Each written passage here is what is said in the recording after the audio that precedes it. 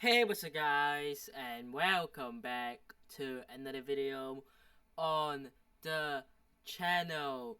Today, we are going to do another tier list video. Now, I know we are only going to be talking about 8 players and there's a list of 5, right? Um, the tiers, there's 5 tiers. I don't really know why I did that. In fact, can you get less than 5 tiers? I'm not so sure.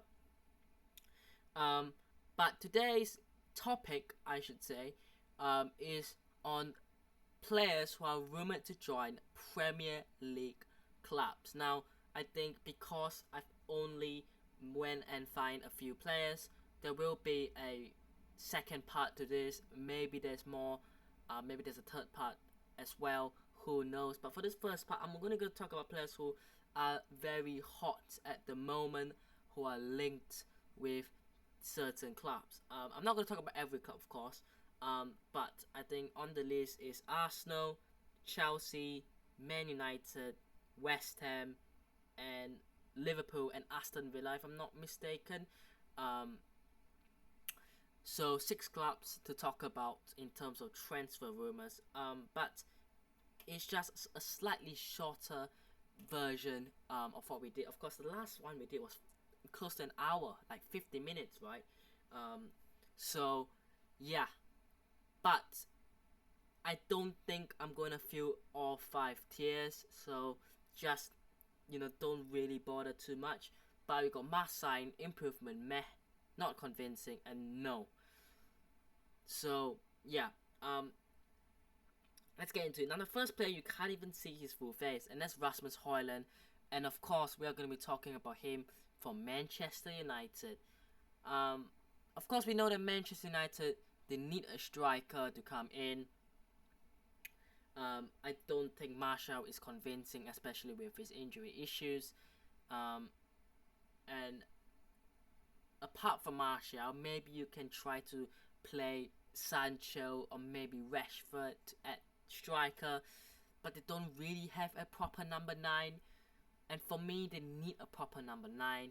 And for me, Rasmus Højlund is a must sign. Like, you have to go out there and you have to get yourself a player like Højlund because he's still young. He's talented, and I mean, I've heard people call him the next Erling Haaland. I think there's a bit of a stretch, at least for now. But you know what? I think you'll make a good signing again. I think United should realistically have a striker who is more experienced and a striker like Rasmus Højlund who can learn and develop under Harry Kane, for example. But if he's going to be the only striker signing, I think he'll still do very well.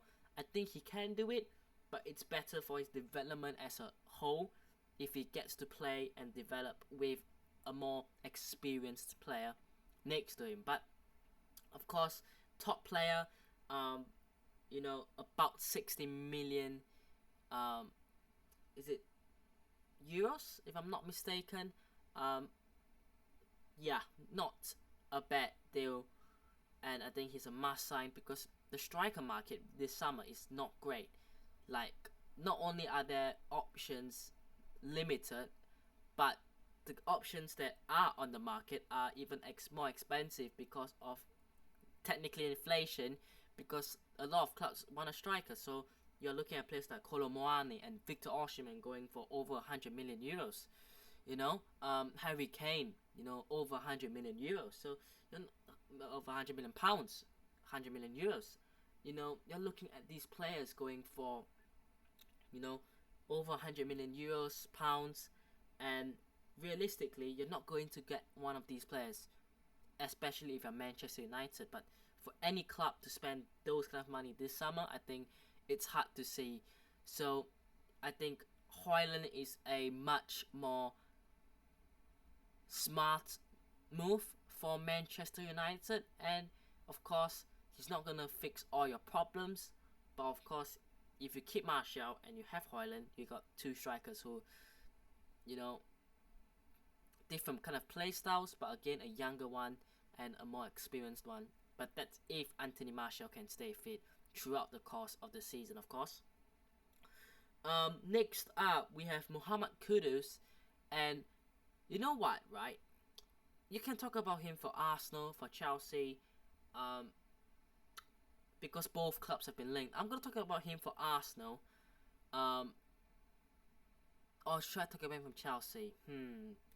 For Arsenal, realistically, I think if he goes to Arsenal, I feel like it's a meh, because realistically they have Jasper and Havertz, but they already have in those attacking areas Saka, who's on the right hand side.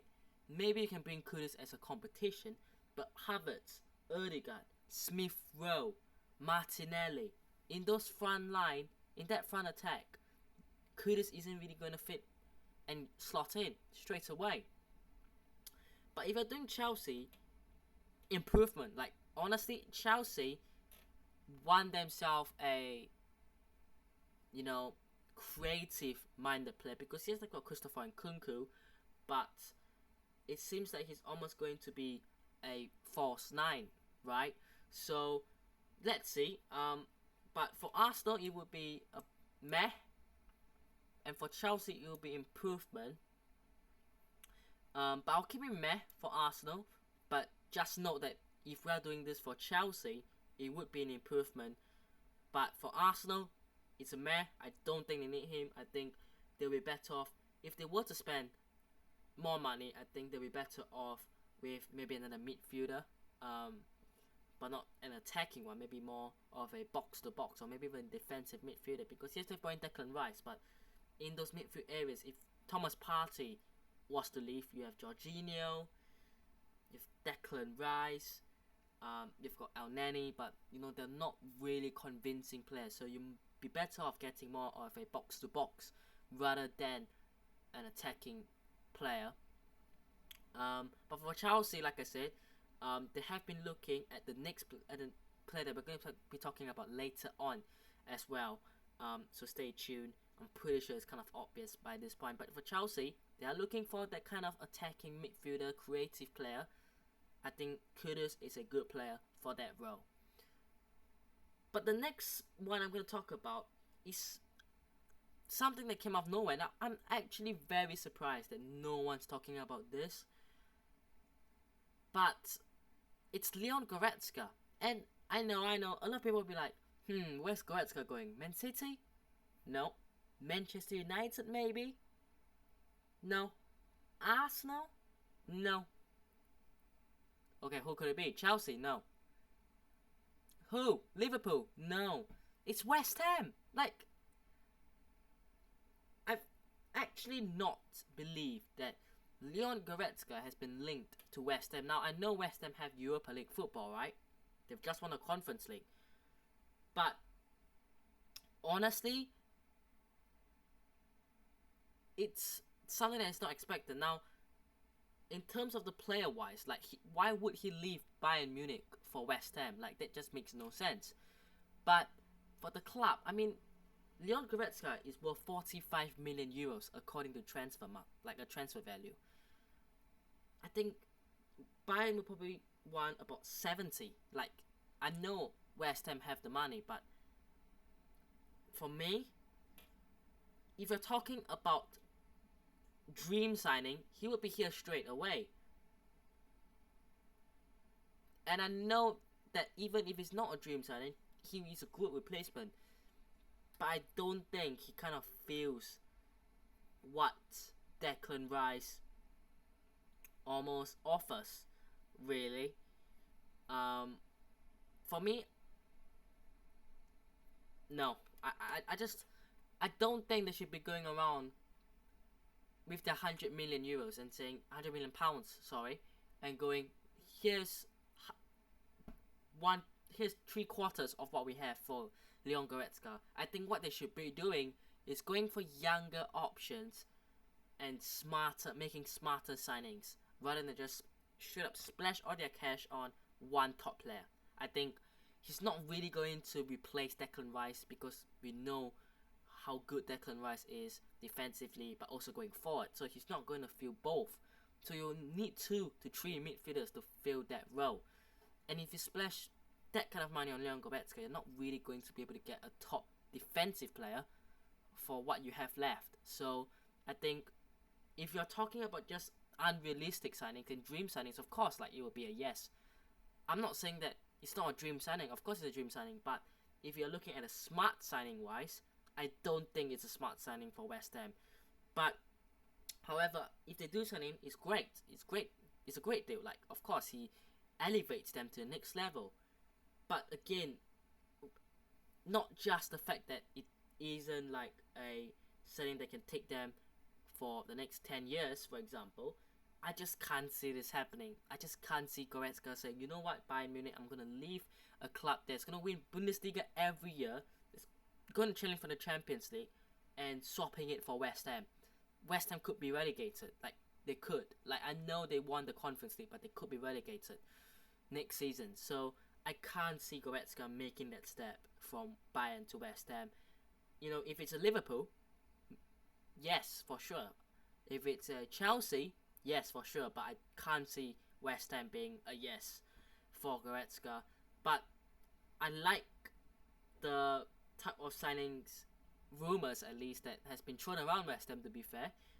Interesting to see how they plan and how they eventually replace Declan Rice. Of course, we know that it's not possible to replace him one-on-one, so you need two players at least, but it'll be interesting to see. Next up, West Ham to Aston Villa. We've got Moussa Diaby. Interesting for Aston Villa, because a few years ago, if you remember, they sent a certain player from the same club Diaby is currently at, Bayer Leverkusen, and that was Leon Bailey. Now, it didn't turn out the way that I think Aston Villa would have hoped, and I think Leon Bailey would have hoped, but I don't think that you can use a bad signing from the past to justify for not making a signing now. And imagine Diaby on the right. I mean, with the likes of Ollie Watkins in there, McGinn, you got Tielemans coming in, you got Pau Torres. I mean, that team is going to be unstoppable. For me personally, I think Aston Villa, if they want to maintain their level and even improve from the Conference League to the Europa League, at least, they need to be making these sort of signings. And I think these kind of signings elevate them. You know, you look at what a Newcastle United, and I'm not saying that they are as wealthy as Newcastle United, but they are going out there and buying Sandro Tonali and Harvey Barnes. You look at someone like, maybe not Brighton, maybe Spurs. They are going out there and signing James Maddison. So the teams that will be in and around the area are making good signings, strengthening. And I don't think that Aston Villa can compete if they don't make signings like these as well. So Leon Bailey, you know, is a one-off. I don't think it should be taken into consideration for Moussa Diaby. And again, about the player, Moussa Diaby, incredible player. I mean, he's been linked to Real Madrid before, you know. So let's see what happens with this one. It seems that it's getting ever closer to being done. But as we were talking about Mohamed Kudus earlier on, next player, Ryan Cherki to Chelsea. For me, improvement. He is a player that will improve Chelsea. Again, like I said, they are looking at a creative playmaker, and I think he offers that. Again, I think they're looking for a left-footed one as well, who can also play on the right-hand side, to provide competition with Noni Madueke. But I think it's a good signing. I think he's young. He's a good signing. He's one for the future. He's French. You know, they've already brought in Nkunku. They've brought in Malo Gusto from Lyon as well. So why not go out there and bring in another Frenchman from Lyon? Personally, it's a good signing. But I don't think it's a must. Like, I think it's not like someone that they would, you know, be awful with if they miss out. But it's an improvement on what they currently have for sure in those attacking options. Because I know they've got Madueke, but, you know, if you're looking at the number 10 position. You know, you want a creative player, and Nkunku, I think they would prefer to utilize him as more of a number 9 kind of, to compete with someone like Nicholas Jackson and Armando Berha, and a left-footed attacking midfielder. We haven't seen that in a while at Chelsea, so it would be interesting. 3 more players to go. We got Florian Balogun, and the club that I looked at that was interested was actually Inter Milan, but I don't think they will be able to afford him because they can't even afford Lukaku. And then I looked back at other clubs that were looking at Balogun, and West Ham were actually one of the teams interested. And you know what, right? This is a good improvement. Like, I'll tell you why. West Ham are probably going to sell or loan out Scamacca. And if they want to compete and maintain their status in the Europa League, and try to finish at least mid-table in the Premier League, they need to have a striker who can compete, and, you know, not just rely on Mikel Antonio or Jarrod Bowen or Said Benrahma, or even like last season Declan Rice were getting in the goals, or even Lucas Paqueta. You know, they need a number 9 to get them the goals. And apart from Antonio, they don't really have a striker. Like, Scamacca is there, but he'll probably leave and he doesn't really offer much anyways. And it's been a poor season for Scamacca. So for me, Balogun is great for West Ham, a great addition. For Arsenal, I think they'll be more than willing to let him go, to sell him, if there maybe is a buyback or first refusal clause in there somewhere. I think they'll be more than happy for it. And for Balogun himself, he's not really going to get much game time at Arsenal. They've got Jesus, Havertz, even Eddie Nketiah is ahead of him, I think. So I think if he wants to get game time, I think he has to go to a club like West Ham. And I think he will prove himself there at West Ham if he makes that move. So I think it's an incredible all-rounder for everyone involved, for sure. 2 more players. We got Gabriel Veiga to Chelsea. For me, I'm not really. I don't think Chelsea fans are really like, oh my god, we need this guy. I mean, look, they have Enzo. They're probably gonna get Caicedo. You know, they got Cassidy, Andre Santos, Lewis Hall, Kenny Chukwuemeka. I think that midfield position, they're actually alright with. They're alright with at least for 1 season. They don't need to go out there and splash the cash on another midfielder. Again, it would be rude to play him not convincing, because I'm not saying that the player himself isn't convincing. I'm saying that Chelsea don't really need to splash the cash on Gabriel Veiga this summer, especially when they've no Europe. They've only got Premier League and FA Cup, Carabao Cup football to play for. So I think they can go 1 season without Gabriel Veiga and then see what options there is in 12 months' time. Or if they're happy with what they have with Enzo, Caicedo, Cassidy, Andre Santos, Chukwuemeka, Lewis Hall, these kind of players that they can utilize.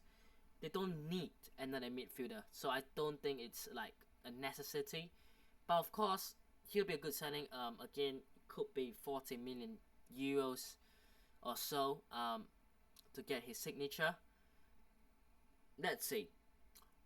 But lastly, we have Romeo Lavia, and again, like Kudus, he's been linked with multiple clubs. Now, Arsenal are seemingly interested. Now, if it's Arsenal, you know right, I would say Arsenal is an improvement for him.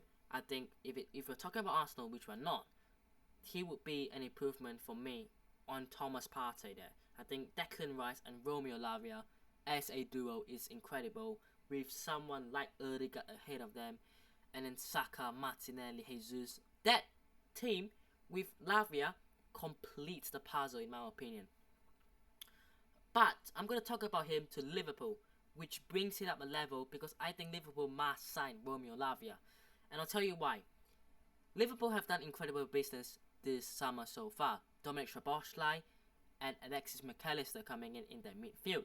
Going out, James Milner, Jordan Henderson. It looks like Fabinho's gonna go. Oxlade-Chamberlain has left as well. So in terms of the midfielders going out, they're actually doing well. Again, they have players like McAllister. They have Szoboszlai, Thiago, Elliott, Curtis Jones.